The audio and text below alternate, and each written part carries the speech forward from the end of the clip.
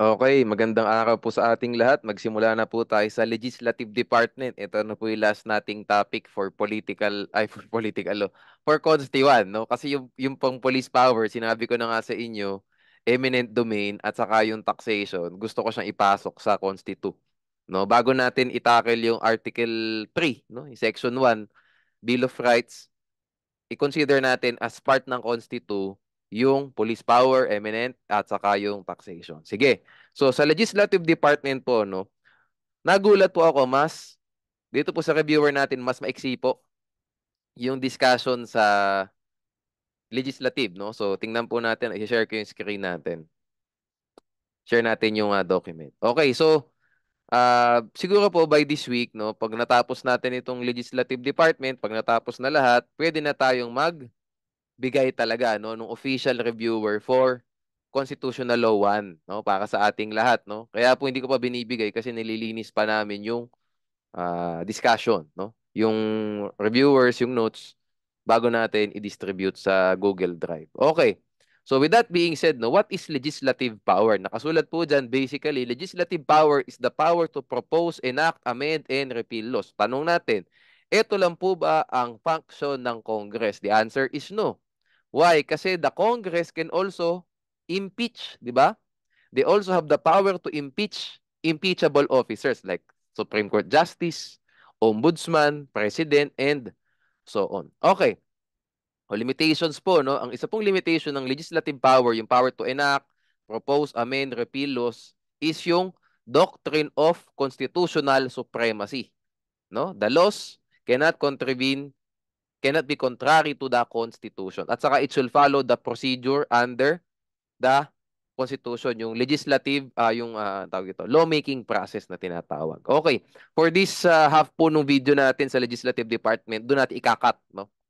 Ito pong video na to hanggang before lawmaking process yung magiging topics natin today, no? Sige, simulan po natin, no? So itong composition ng Senate, alam natin 24, no? 24 senators to be elected at large by qualified voters of the Philippines. Okay, qualifications, tandaan natin ulit yung on the day of the election, no? Dalawang beses kailangan yan, 35 years old on the day of the election at saka yung at least 2 years immediately preceding the day of the election. Ito po yung hindi ko natackle sa executive department. What does residency mean? Resident of the Philippines, what does resident mean? Okay, it means domicile. Okay? It means domicile.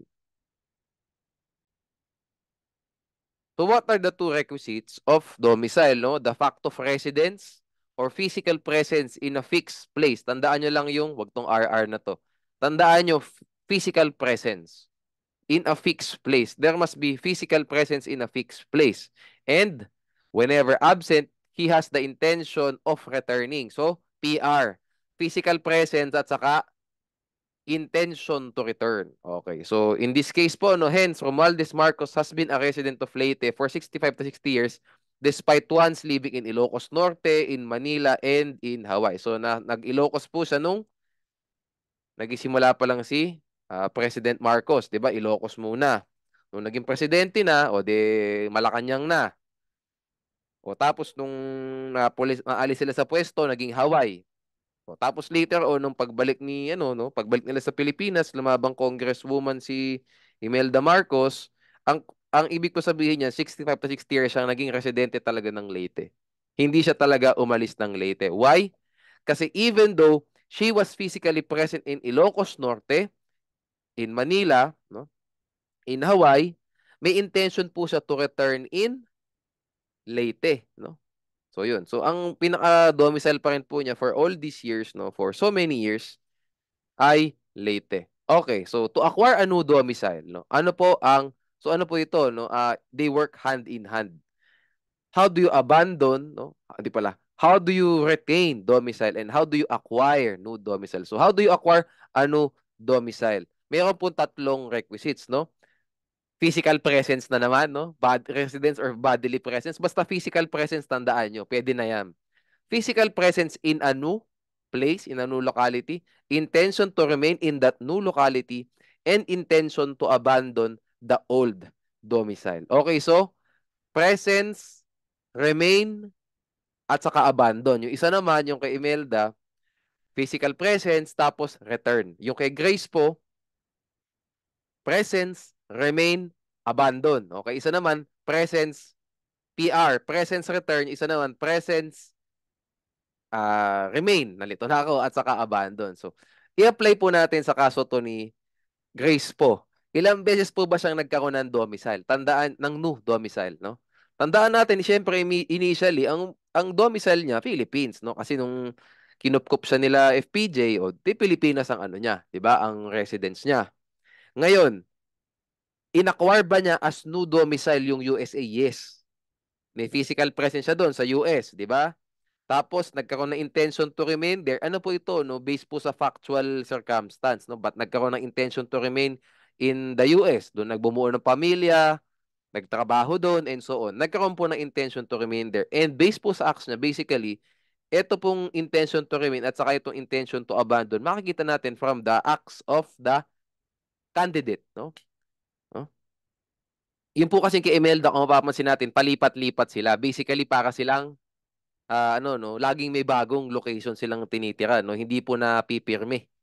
So parang kung i-apply po natin itong three requisites na to kay Imelda, hindi ka makakakita ng intention to remain in Ilocos. Hindi ka makakita ng intention to abandon Leyte. Kasi nalipat na naman sila ng Manila o nung napunta naman sa Manila, nalipat naman ng Hawaii, 'di ba palipat-lipat, no? So hindi parang 'yun po ang naging suma total niyan. Hindi po nagkaroon ng intention to remain at hindi po nagkaroon ng intention to abandon. Leyte si Imelda. Meanwhile, si Grace po kung makikita natin, nagkaroon po ng intention to remain in Boston. Nagkaroon po ng intention to abandon the Philippines. Okay? Later on, nung namatay na si FPJ, umuwi si Grace po sa Philippines, di ba? So with that being said, nagkaroon ba ng intention to remain in the Philippines at intention to abandon pat na Boston? Hindi ako sure, basta mas ano, basta US. Nagkaroon ba ng intention to abandon si Grace po sa US? Yes. Kasi ang nangyari po nung namatay si FPJ, parang binenta na nila yung bahay, no? Nag-move na talaga sila ng lahat ng mga anakis nila, ng anak dito, no? Ah, dito na pinag-aral, and so on. So nagkaroon po ng physical presence sa Philippines. Nagkaroon ng intention to remain in the Philippines. At nagkaroon po ng intention to abandon USA kasi nga talagang binenta na lahat ng properties doon. You get the point? Yun po ba sa kaso ni Imelda, nagkaroon ba ng ganun? Wala. Kasi palipat-lipat nga sila, no? So nagkaroon po siya ng parang unique circumstance kasi nga hindi naman napirme ng tiniran si Imelda for these years, no? For this decades, no? Kaya po, meron siyang intention to return sa Leyte. Okay, parang ganun po yung naging approach dyan. Okay, so the court stated that it is the fact of residence. Sa pato, no? Not a statement in a certificate of candidacy which determines whether an individual has satisfied the residency qualification requirement. So regardless kung ano man ang nakasulta sa COC, nangyari dito. Tingnan natin dyan. Regardless kung ano man po ang nakasulta sa COC, hindi po yan na mag-govern, no? Ano po ang context nito? Baka ang nilagay kasi sa COC, nakatira pa lang siya doon for 2 months. Sabihin natin, di pwede yan, no? Kasi dapat, kung senador tayo, kung senador, di ba dapat 2 years? Kung ano, no? Kung senador, no? Pag congressman naman, wait lang, I need to be precise with this one. Kailangan 1 year. Oh, in the district. Kung hindi po yun na mag-govern, kahit nilagay niya 6 months, 2 months, hindi po. Yung fact of residence talaga. Based dun sa well, contention, yung ebidensya na ipapakita sa petition kasi nagkaroon ng petition dyan eh. No? Nagkaroon ng petition to cancel the COC. Kung ano ipepresenta nung kandidato, yun talaga yung mag-govern na fact of residence niya. Hindi po yung nakasulat lang dun sa COC. Okay, so the term of a senator is 6 years. Alam natin yan. He shall serve for not more than 2 consecutive terms. So, theoretically, pwede bang 24 years maging senador? Yes. 6-12, nagpahinga ka ng 3 taon, labang ka ulit. 6-12 ulit. 6-12, pahingan 3 taon, laban ulit. 6-12, 24 years, pwede yun.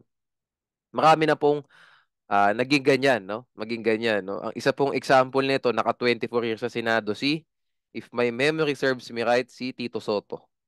Titingnan natin, no? I just have to make sure din, no? Kaya po, para mabigyan lang kayo ng real life example para makita nyo na pwede. Same thing po no sa Vice President, ulitin ko, pwede rin sa theoretically, no? 24 years sa Vice President pwede, no? Tingnan natin to si Tito Soto po. Naging siyang senador from 1992 to 2004, so 12 years, tapos 2010 to 2022, the 24 years nga. Pwede. Okay?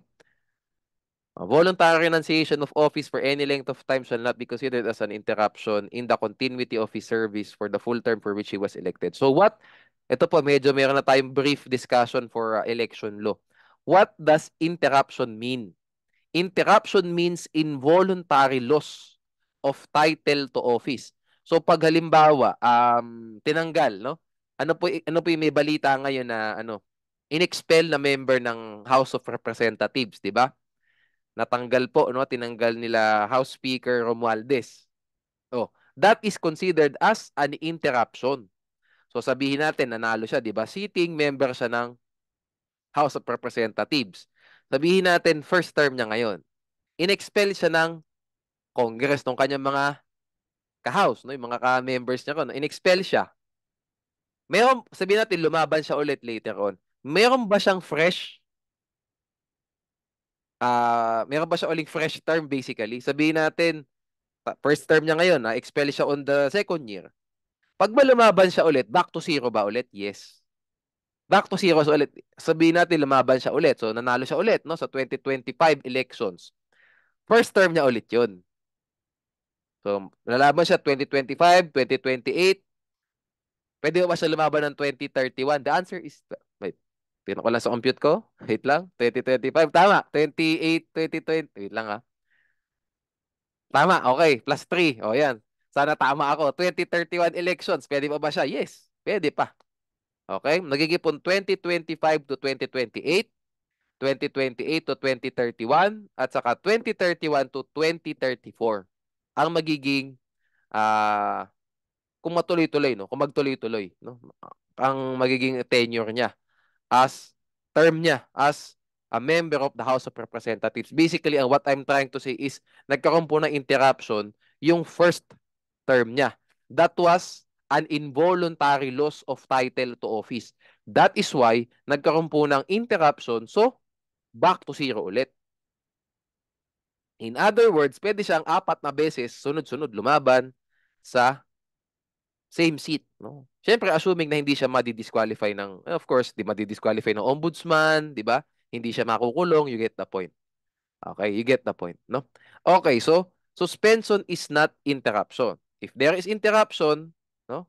There are no two. Okay, wait. Nalito na.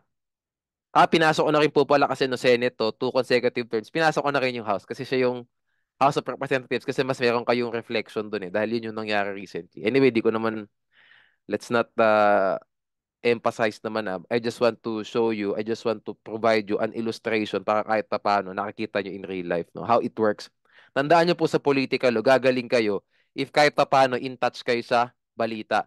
Kasi yung po mismong balita, siya yung nagiging paraan din para magkaroon kayo ng example sa isip nyo. Kaya po ang political law, kung maano nyo po, no, dalawa lang ang kailangan nyo dyan para maging mataas ang grade nyo sa political law. No? Para maka 90 plus kayo, which I did, no? Paano pong ginawa ko? Unang-una, matsagalan tayo sa pagbabasa ng mga kaso. Yan lang. Pangalawa, matyaga tayo magbasa ng balita. Normally, dyan lang naman po kinukuha ang mga tanong eh. Wala na pong iba. Doon lang kinukuha ang tanong. Hindi po yung katulad ng remedial na talagang paikutin yung utak nyo. Kasi maraming naiisip na mga issue na mga facts yung examiners. Sa political law po, ang daming pwedeng pagkuhanan ng tanong in real life eh, di ba? Ilang beses ko na sinasabi sa inyo to. Read the news, read your cases, you will get 90 plus. Magigipong magigitong puhunan nyo para mas lumaki chance nyo maging lawyer. Yung first day, yung political law, gawin nating puhunan. No, para sabihin natin medyo lumigwak man sa remedial law, it evens out. No? Kasi kayang ibangga nung political law, taas ng grade nyo kung 90, kahit na 70 lang kayo sa remedial law, lawyer pa din. Di ba? Kahit bagsak kayo ng 5 points, lawyer pa din. Kasi kung 90, 70, 80 pa din. Something along those lines, di ba? Mahina man ako sa math, pero you get the point. No? You get the point. Okay? always make sure, no? Always make sure na ah, magbasa ng kaso, basa ng notes, ganyan lang po ang political and magbasa ng balita, manood ng balita. Yan lang yun, no? Like ito, kaya ko lang po sinabi sa inyo, no? Di ko alam man akong pinangalanan, kasi baka tanong, sa election law, yun ang tanong sa inyo. Dinisqualify siya, di pala disqualify, inexpel siya as a member of the House ng kanyang mga ka-House of Representatives. Pwede ba siyang lumabas sa 2025, 2020, 2018, 2021? The answer is yes. Why? Ito ang legal basis nyo. There was an interruption in the continuity of his service as a member of the House of Representatives. Since there was an interruption, pwedeng ito pala. Wag yung section 4, wag yung article 6 ang gamitin nyo kasi election law naman. Pwede kayong mag-case law agad. Rekta. Since there was an interruption in the continuity of his service as a member of the House, di ba? By being expelled, di ba? He can run again for 2025 elections for the same position, 2018 and 2021. You get the point. On the other hand, kapag sinuspindi lang po siya, 60 days. Kasi maximum yan no? Ng procedure po ng internal rules and regulations ng Senate at saka ng House of Representatives. Pwede silang magsuspinde as punishment ng kanilang mga kabaro, ng kanilang mga kamiyembro, pero 60 days lang. O nasuspindi siya, 60 days. 2 months, basically. Nagkaroon ba ng interruption? The answer is no. Because there was no loss of title. There was just suspension of your functions. But you are still the congressman of that district. So, hindi pwede. Lumabang ka ulit ng 2021 elections hanggang 2018 lang. 2022, 2025, 2028 lang. Wala ka ng 2031 elections. Sana po nagiget nyo. Di ba? Ganun. So, di ba? Dahil po nanonood kayo ng balita, nagkaroon ako ng dalawang possible answers. Kasi pwede kayong tanongin in two ways eh. Pwedeng suspension lang ang tanong sa inyo, pwedeng expulsion. Ngayon, may interplay na siya ng election law at saka ng Consti 1. Di ba? Likely matatanong sa inyo kung gusto talaga kayong testingin ng examiner sa Article 6 or sa election law. Hindi na kailangan magtanong ng mga partisan political activity sa inyo. What is an election offense? Hindi na. What is overspending? Wala na mga ganun. Di ba? Ganun ang banat. Oh, kaya read the news, no? Read the news, read your cases, and use the news. Yung pala yung last kong point dyan. Use the news to exercise your mind on how to apply the provisions of the Constitution, to apply the provisions of the Omnibus Election Code or ng LGC, ng Local Government Code. You get the point. Gamitin nyo. Yung pala yung hindi ko na-miss out ko na point. Gamitin nyo pa yung balita para ma-exercise yung isip nyo paano gamitin ang provisions ng law, ang provisions ng Constitution sa mga totoong nangyayari sa buhay natin. West Philippine Sea issue. I-apply nyo siya ang context, UNCLOS 3. Diba? Baselines of the Philippines. O diba? May tanong na naman sa bar sa inyo. Okay? So ito po, no, yung the House of Representatives, next time topic, shall be composed of not more than 250 unless otherwise fixed by law. So ang tanong, dapat daw 250 lang ang members of the House of Representatives? The answer is no. Kasi nakalagay po dyan, may exception. Unless otherwise fixed by law. That means pwedeng itaas ng Congress, sila mismo, pwede nilang itaas ang members, no? Ang number of members of the House of Representatives. Only they can do it. The COMELEC cannot. Tandaan niyo yan. The COMELEC cannot increase the number of members of the House of Representatives kasi nakalagay po sa law, sa provision, unless otherwise fixed by law. Kung mapapansin niyo po ito ha, trivia lang ulit. Diyan po sa yung mga yumayaman ng mga probinsya, Laguna, Tagaytay, Cavite, normally po sa kanila nagkakaroon lagi ng bagong districts every election. Hindi naman every election, pero baka every other election nagkakaroon ng mga bagong distrito dyan. Cavite o Laguna, sa ganun, no? Cavite, Laguna, basta dun sa mga, alam niyo na, maraming developments ngayon, parang nagiging na silang Metro Manila rin sa yaman. 'Di ba? Every election po nagkakaroon ng bagong district. Adi pag may bagong district, may bagong congressman. 'Di ba? Kung dati apat lang sila noon, lima na ngayon kasi 5 districts na eh. 'Di ba? They can do that through law. Tandaan nyo hindi pwedeng COMELEC ang mag-reapportion, hindi pwede ang COMELEC mag-increase ng numbers of legislative districts sa Philippines. Okay? Hindi pwede rin ang LGU, hindi rin pwede ang presidente. Malamang, hindi rin pwede ang judiciary. Okay? Hindi rin pwede ang ARMM. O, ayan. Does not grant the ARMM of such power. Only the Congress can increase the numbers of districts in the Philippines, no? Titinan ko lang to, I will fact check this kung 304, no? Titinan ko lang din, baka in-increase nila ulit, no, for the recent elections, no? Titingnan ko lang, no? Baka mali ako, no? 300 ilan na sila ngayon? O, tinan nyo, mali ako. 316. Ah, 316. Ayan. How many? 253. O, di ba? 10. 10 ang dinagdag from the time na ginawa ko to. And 63 party list representatives. O, ayan. Di ba? Actually, ayan, no? So, ang Speaker of the House po natin, si Martin Romualdez. Si Congressman Martin Romualdez. Okay, you get the point. So, mataas, no? Tinataas nila normally ang number of legislative districts. Imagine, no? 250 lang siya at the time of the writing nung constitution natin, no? 1980,